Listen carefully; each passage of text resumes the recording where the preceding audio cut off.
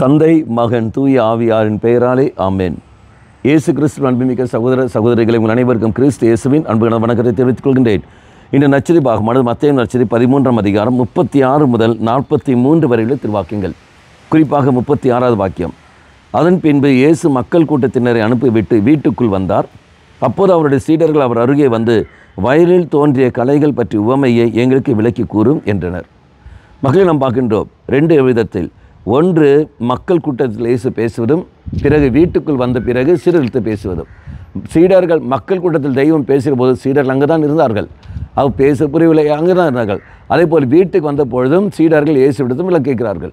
அப்படி என்றால் கூடையே இருக்கிறார்கள். அங்கேயும் ஜெபம், இங்கேயும் ஜெபம். அங்கு விளக்கம் கேட்கவில்லை, இங்கு விளக்கம் கேட்கப்படுகிறது. பங்கு தளத்தில் நாம் பங்கெடுக்கின்றோம், தியானங்களுக்கு சென்று நாம் பங்கெடுக்கின்றோம். அங்கெல்லாம் சென்று இறை வார்த்தையை நாம் கேட்கின்றோம். அந்த இறை வார்த்தை கேட்குற நீயும் நானும் என்ன செய்யணும்? வீட்டுக்கு வருகின்றோம். வீட்டுக்கு வந்த உடனே குடும்ப ஜெபத்தில் நாம் பங்கெடுப்பதில்லை. கேட்டால் சோர்ந்து போய் விடுகிறோம், டயர்டாக இருக்கின்றோம். நாம் தான் அங்கே தியானத்துக்கு போயிட்டு விட்டோமே, நாம் தான் திருப்பலி பங்கு பார்த்து விட்டோமே, பின்னே இருக்கிறேன் என்று.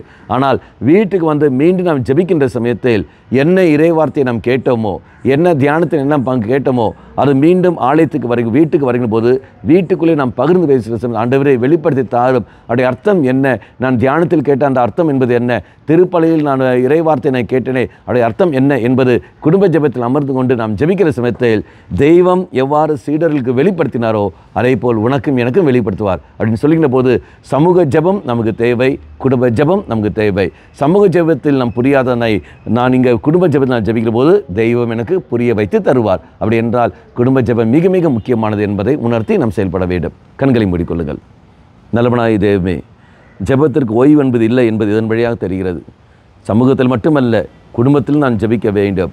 அவர் ஜெபிக்கிற சமயத்தில் சமுதாயத்தில் எவ்வாறு வெளிப்படுத்தல் தருகின்றாயோ அதே போல் குடும்பத்திலும் நீ வெளிப்படுத்துகின்றீர். நன்றி தெய்வமே.